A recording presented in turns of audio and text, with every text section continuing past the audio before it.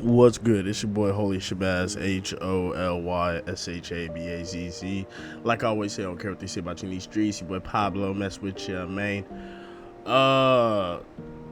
R.I.P. Julio, Foolio, and everybody that passed away in the Florida war that has been going on since like the 2010s. It's not even like a war. It's kind of like a civil. It's a civil war, I guess. It's a literal civil war. It's crazy to say, but yeah, of young men unalived each other who are from a few blocks away from each other for very petty, reasons. At the end of the day, very small time things. But once somebody is unalive, then that becomes the metric with which the game is measured.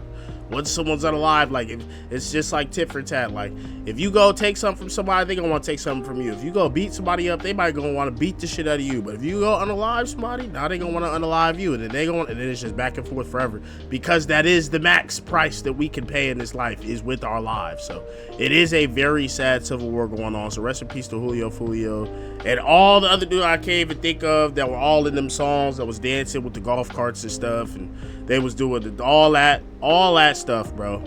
All that crazy stuff. Rest in peace to everybody got something to do with that, bro. But they got the trial going on of the unalivers of Julio Foolio, and one of them is a girl named Alicia Andrews, bro.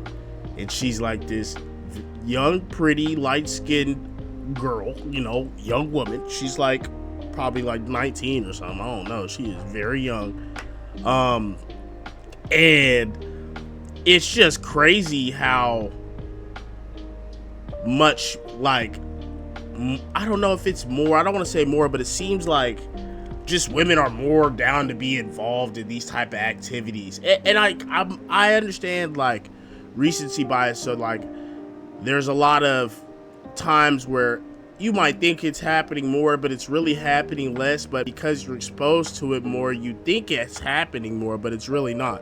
I feel like that happens a lot with social media because we hear a lot of stories, and then the way the algorithm is shaped for individualism, if it knows you like a certain story, it's definitely going to show you more stories that are similar to the last story, which leads you to believe, wow, this is happening all over the place all the time because I keep seeing stories about this shit, but it's really not happening all the time. It's literally the algorithm choosing specific stories to show you because it knows you would like them, like stories like this, which leads, you know what I'm saying? So it's a reason behind it. But it does seem like there's just more like in the mix young women, more street young women out here, and it's just crazy. Like Shorty is on trial right now for an M of a rapper, and she up there just so calm, bro. She is a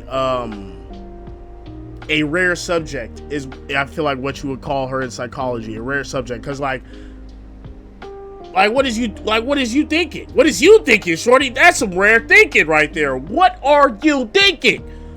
Why are you with these niggas that are doing these terrible things? What are you thinking?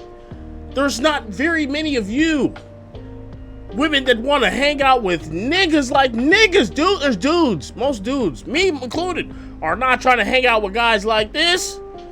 These are very, very, very dangerous people. So why would you, a young, pretty woman with plenty of life in front of you, you can make any decision in the world, you can be anywhere you want to be in the world, you want to be with these niggas doing this, doing homicides? What are you thinking? That is a very rare pattern of thinking. It's a bad one, but it's rare as well. Alicia Andrews gave 2 reasons for wearing a mask that night. 1, because of her pregnancy. 2, to avoid smoke in clubs. But detectives had video from 2 strip clubs, Teasers and Truth 18, and Andrews never entered either one. She said the entry fee at Teasers was too high, but the video showed her never even approaching the bouncer. Never entered either one. She said the entry fee at... I'm not gonna lie, Shorty. This whole look, she do got the setup look a little bit. I ain't gonna lie. This is the baby hairs laid. If you still laying down your baby hairs like this, I feel like in 2025, sketchy. You sketchy. You sketchy. Teasers was too high, but the video showed her never even approaching the bouncer. At Truth 18, she claimed her boyfriend didn't like crowds. Again, no contact with any staff, no attempt to get in. It was all lies. Detective Ramos testified, "I wanted her to see the whole puzzle. he said, because what she chose to say next could seal her fate. Ramos began by showing her ring camera footage from the Tampa Airbnb. Andrews confirmed it was her. Next came video from the McDonald's drive-thru. At the window, co-defendant Davin Murphy, smoking a Black and Mild. But when asked who drove, Andrews wouldn't name them. Investigators also confronted her with photos of Sean Gathright, another alleged player in this deadly scheme. She denied knowing him. But she arrived in Tampa with Isaiah Chance, her boyfriend, and an unnamed little brother. That third man? Never identified. Yet surveillance showed Andrews leaving Jacksonville in a black Impala from Gathwright's home, riding all the way to Tampa. In one video frame, Chance is seen holding what looks like a pistol, with an extended magazine. More bullets, more damage. Detectives showed her phone, mapping data, piecing together every movement. Then they brought up the victim, Julio Foolio. Did she know him? No. Gang affiliations? No clue. Even when questioned about her boyfriend's nickname, she claimed, "That's not what I call him." But she bore his name permanently inked into her skin. Not in a relationship with him anymore. Is that true, ma'am? I'm not. I said he may think that because I never broke up with him, but I'm not. Think that he What? thinks that because you still talk to him even though he is locked in jail, right? Yes, I do still talk to him, and that's because of my issue. I don't want to cause any safety issues in this jail. He sends me verbal messages and where I'm at, so, I just keep him at ease. There's nowhere for me to go. What safety issues? He is locked up for first-degree murder charges and cannot get to you. Isn't that true, ma'am? You do know his ways in a jail. You can send messages to people. People look at me sideways. Oh, that's your boyfriend? He said this. He told me to tell you this. It's safety issues. Literally before I came to trial, a deputy told me one of my co-defendants were trying to have me jumped. So I just do what I had to do. You were also safely in jail. Isn't that true, ma'am? I wouldn't say safely. You can get in a fight at any time. Okay. There are all kinds of deputies. Is that correct? Yes, all of them don't do their job also, so. And we're not talking about your safety from other people. We're specifically talking about your safety from Isaiah Chance, someone you claim to be so afraid of that you will go along and do anything for him, right? I wouldn't do anything for him, but. You wouldn't go along with a murder plot for him? No, he never told me anything about a murder plot. And you wouldn't try to call him multiple times incorrectly from the jail, right? What do you mean, incorrectly? You're not allowed to phone another inmate, can you? I don't call him like that, so what do you mean? You're right, you don't call him like that. You have to break policy of the Hillsborough County Sheriff's Office and do some kind of three-way call involving Isaiah Chance's mother. Isn't that true? Yeah, we do that. You do it all the time, right? Yes, when he asks for me, I do it. As for you, you have to initiate your own phone call. He can't call you in the jail either, can he? I said when he asks for me, I do it. If he tells me to call, I'm gonna call. It's not just that he answers for you. You can't call him directly. Isn't that true, ma'am? No, I can't. You have to coordinate and you have to make arrangements with some third party who is not in jail so that you can talk to him. Isn't that true? Yes, and like I said, it goes back to me keeping him happy. I don't want to cause any issues while I'm sitting here. If he gets mad, if I don't call him, it's no telling what he's going to say. I'm the odd one out of this. They can all turn around and say, oh, it was Alicia, and I'm not getting in the middle of that. So I keep him happy while I'm here. If he wants me to call, if he wants to talk to me, let him know about the baby. He lets me know, I let him know I'm okay. That's what I do. You call him 5 to 10 times a day in there. Yes, when he says call back, I call back. And you also do messages. There's a kiosk system where you can kiosk with him. Isn't that correct? Yes, he texts me and I text him. And you have intimate conversations about your case, don't you? Yes, when he asks, I let him know. And he sends you messages which could be called sexting, right? Yeah, he do. I keep him happy, like I said. And you're no longer in a relationship with him, correct? No, he thinks that. And you call him multiple times a day, every day, for several months. Isn't that true? Yes, like I said, I'm doing what I have to do. I'm not going to let him know. I'm not going to get on the phone and act like it's a change. I'm acting the same. I'm doing what I have to do. Ma'am, you understand you're on trial for first-degree murder, right? Yes, I do. And it's for hanging out with him. I do. And you are still protecting him, right? To this day, you're protecting him. I'm not protecting him. You are still calling him and communicating with him, aren't you? Yes, that's not protecting him, though. So much so that you call his mother, right? I do. And you have been advised, and you report to his mother that you don't care that your attorneys tell you not to talk to him. You're going to do it anyway, right? Yes, because I feel like that's the best way to do it. So you are so desperate to talk to him and have communication with him, you don't even care if it may be hurtful to your case. I wouldn't say desperate, because when I did disappear and listened, he texted me from another person and said, "Why are you not listening to me? Why are you not responding? When are you going to get it through your big red forehead?" And all these other things. So I started back talking to him.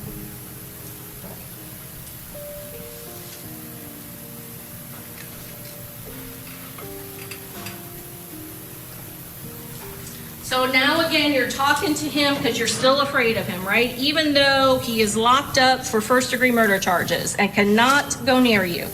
I didn't say physically come to me. I'm talking about other people. So everything she said makes sense, bro. Like, you know, like,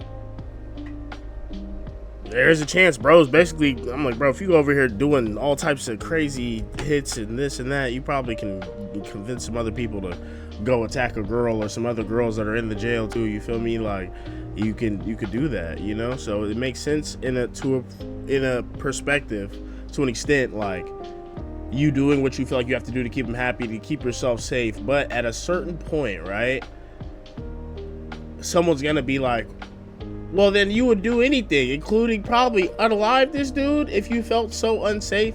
And I'm like, that's why it's important for, like, there's this weird programming that women have where they're like programmed to like terrible men, like, and that's why even myself, I've gone through this like back and forth as a man where, like, it seems like whatever, through the programming, women are kind of programmed to like the quote-unquote bad boy or the bad terrible dudes that do terrible things. I don't know, maybe it's genetic, I don't know, but you gotta not do that. It's the same thing with dudes. We like women that are bad for us, you know, and we see that, and then we end up in terrible life situations, and you gotta learn from that. And that's what I hope a lot of young women are learning from her. I see a lot of young women that try to they the gangster this, the gangster that. That's why I see that a lot of young women out there are starting to switch over to like, they fucking with the country guys, they fucking with the you feel me, over there. Cause I realized that the hoes really do lead the men. The women lead the men. They really do.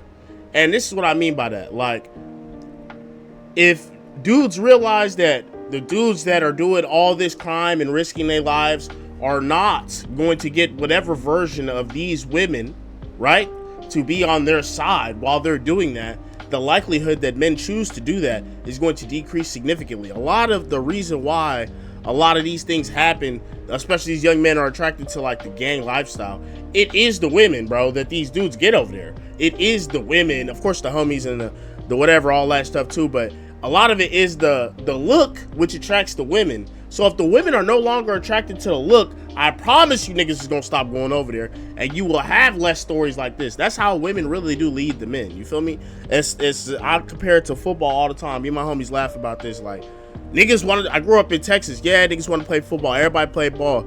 But niggas really wanted to play football. I'm talking about as a kid. Because them niggas got all the hoes. Niggas wanted to play basketball because niggas got all the hoes. Like, what? You got a shoe deal?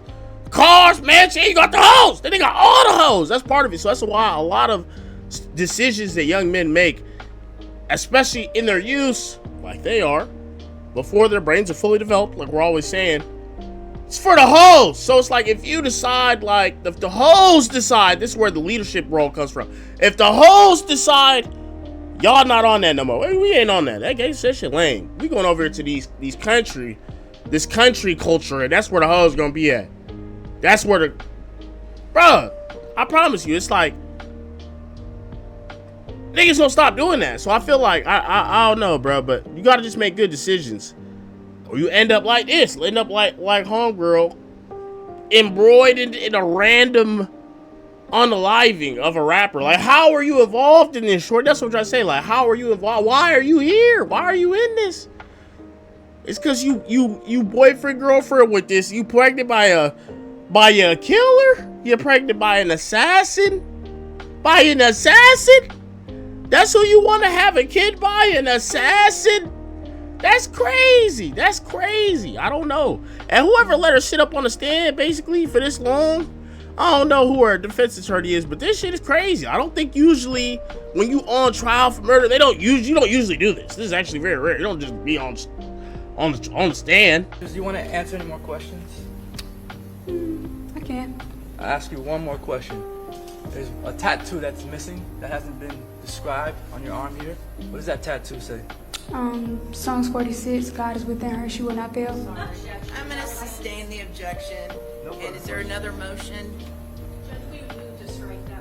Granted, stricken from the record. Jury's not to consider it. Okay, very good. Gentlemen, just step. Ms. Andrews, do you want to answer any more questions? Down there with Zay, okay, to kill Julio, to kill Julio. We know that Zay was communicating with the gunman in that black Impala, and we know that the gunman in that black Impala were acting on this information that you and Zay were feeding him from the cruise to target Julio, down to the point where you knew exactly, the gunman knew exactly what seat he was seated in. You know who sees what seat Julio's seated in? The cruise, the silver cruise you're in when you're driving by it.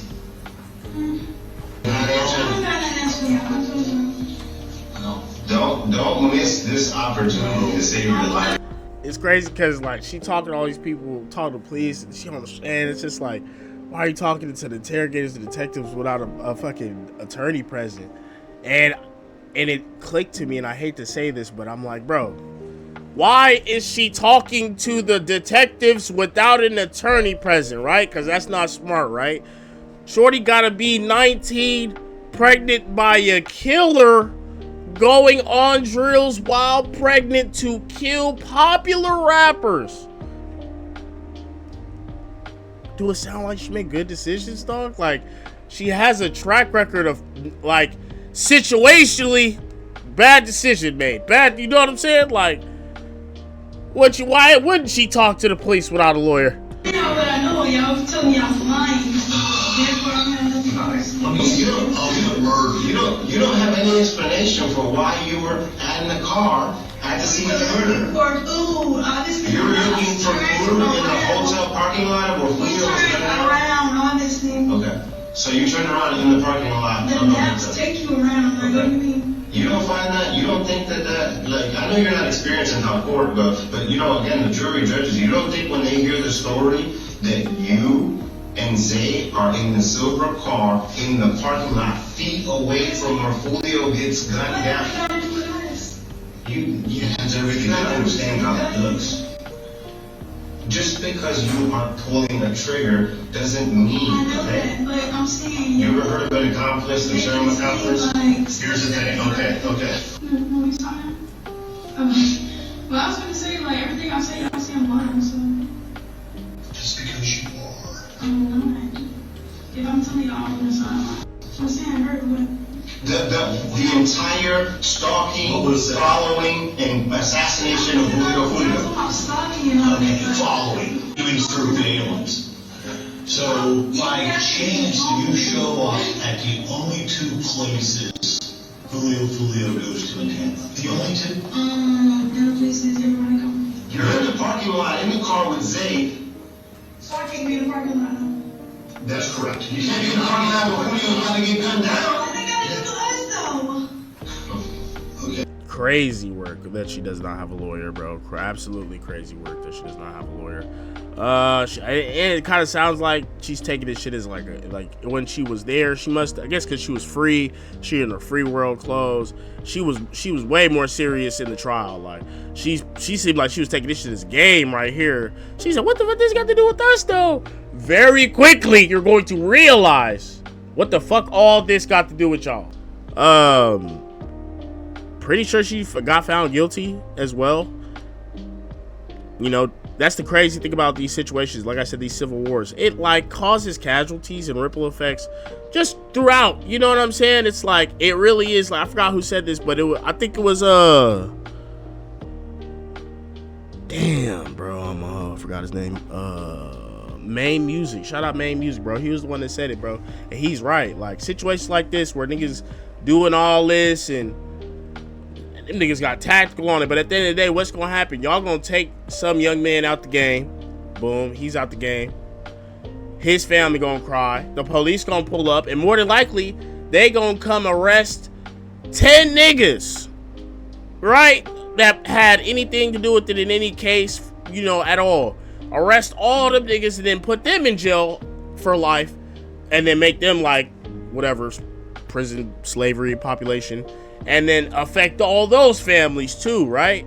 And then those spots that all those people leave traumatize all those people around them, and then those people that were traumatized by those decisions go out traumatized and then do some more traumatic shit. So it's like, it really comes down to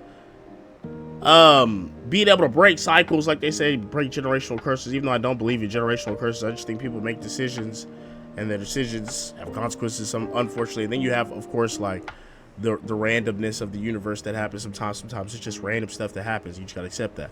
But a lot of things that happen are just the consequences of easy decisions. Y'all niggas was chasing a dude down and decided to go basically put street warfare down on the guy, and now y'all are in court fighting to ever touch the concrete again outside of those walls, bro.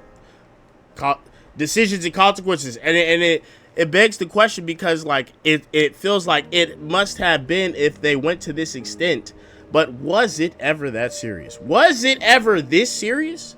How did it become this serious? And how could we like make it not this serious? That's the question that anybody that sees this, that wants things like this to stop, ask themselves, like, how is it this serious, and how can we make it not this serious anymore, so that we don't have to continue to lose young men to gun violence or life in prison, which I think both of them other dudes just got. Them young dudes both got life in prison. You know what I mean? So it's just like these situations, like, whoever you think the man is, some people think the man is the police, some people think the man is the government, some people think the man is the reptilians. Whoever the man is to you in your brain, you got to look at this situation. They look at situations like these and think like, haha, got you to unalive one of your own, and haha, we get to lock the rest of you niggas up and make you slaves for the rest of your life. Haha, we got you twice. We got y'all twice. We got you twice. You know what I'm saying? And we inspired some more of you little niggas to go down the exact same path. Haha, we get you on every level. If you, that's the man, CIA, whatever you want to, whoever you think the man is. You know what I'm saying? They got to be laughing at this play and think this shit is just like, oh yes, we. As they say, the CIA, they were like rubbing their hands like Birdman when they realized like, oh, we could just get these niggas to low key beef through music and kind of give a couple of them a little money, and then give this one a little money, and then make them kind of go at each other. They wipe each other out. The rest of the ones they don't wipe out, we'll just lock them all up. Simple. And then it inspires the other ones, because they seen the other ones, even though they got locked up and wiped out, they got a little money. They seen that little money for that little time, so that inspires them to go try to do the same thing. Then guess what? We do the same thing that happened to them, happens to them. They wipe each other out, and then the ones that don't get wiped out get locked up forever. It inspires another group, and it's a never-ending cycle, bro. And you end up with, you know, pretty young women like this who truly look like they could have been anything, and this is what they end up becoming. So I don't know, it's just crazy. You know, rest in peace to everybody that's losing their lives in these low-key, like, very regional, local civil wars that have been going on, especially within the black community. I think it is crazy. Rest in peace to all of them, man. And bro, go to school, man. Do something better, bro. That's all I can do. Nigga, make videos. Nigga, do something better, bro. Do something else. We gotta do something else. This stuff is conducive of nothing. This shit produces nothing. That's the whole thing. Things like this produce nothing but sadness. So we gotta focus on doing something else, bro. But let me know what you think in the comments below. Like, comment, subscribe. HOLYSHABAZZ. Like I always say, I don't care what they say about you in these streets. With Pablo, mess with your man. Twitch, Instagram, Spotify, TikTok, Holy Shabazz. Sound Village Cult Worldwide merch on the way. Appreciate your support. Till the next one, boy. You better know it.